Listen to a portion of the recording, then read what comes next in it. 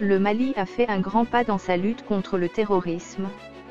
Le 20 février 2025, les forces armées maliennes, FAMA, ont frappé fort les groupes armés au centre du pays. Elles ont éliminé 8 terroristes, dont un chef important, Boubacar Bekay Diallo. Ce leader, actif dans la zone de Sengue, région de Ségou, était recherché depuis longtemps pour des attaques meurtrières, des assassinats, des abus et des extorsions contre les habitants. Sa mort, annoncée par l'armée, est un moment clé pour sécuriser une région touchée par l'insécurité depuis des années. L'opération, très bien préparée, faisait partie d'une grande mission pour ramener l'ordre dans le cercle de Mossyine, au centre du Mali. Les villages de Tongolo Koro, Golijila, Niagolobou, Manini, Nassambougou, Niaro, Kolongo Bozo, Bolibana Sampana et Sengue ont été concernés par cette action. Selon l'armée, dans un communiqué du 21 février 2025, cette mission a non seulement tué Diallo et 7 autres terroristes, mais aussi détruit un réseau qui aidait ces groupes dans la zone.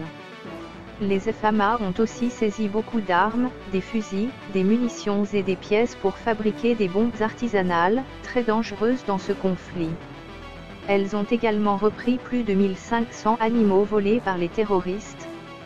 Ce bétail, utilisé pour gagner de l'argent et faire pression sur les villages, montre une autre facette de leurs activités. En le récupérant, l'armée fait un double coup, militaire et économique.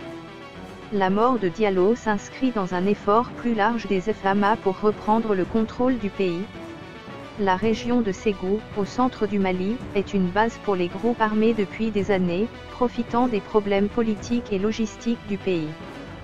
Diallo était connu pour organiser des attaques contre les civils et les forces de l'ordre, tout en terrorisant les habitants avec un système de raquettes. Sa disparition est un progrès important pour ramener la paix et la confiance dans la région. Le même jour, loin de Ségou, dans la région de Kidal, un autre événement a montré que les terroristes utilisent des moyens plus modernes. À 15h10, un petit drone avec une bombe a été abattu près du camp de Tessali. Cela prouve que les groupes cherchent à utiliser des technologies avancées. L'armée analyse les restes du drone pour en savoir plus sur son origine et ses objectifs. Cet incident montre les nouveaux défis que le Mali doit affronter. Ces victoires arrivent alors que le Mali veut reprendre son indépendance et compter moins sur les forces étrangères, présentes depuis des années. Éliminer des chefs comme Diallo montre que les FAMA veulent reprendre les zones hors de contrôle, malgré les difficultés. Mais cette opération, bien qu'importante, ne résout pas tout. La pauvreté, le manque de routes et les tensions entre communautés continuent de favoriser les groupes armés. Le matériel saisi à Ségou, comme les armes et le bétail, montre l'ampleur de l'opération. Cela redonne espoir aux villageois, souvent coincés entre les terroristes et les combats. Mais la mort d'un chef comme Diallo ne suffit pas à arrêter ces groupes, qui se relèvent souvent après des coups durs. L'histoire du drone à Tessali rappelle aussi que les terroristes s'adaptent, obligeant l'armée à rester attentive et à se moderniser.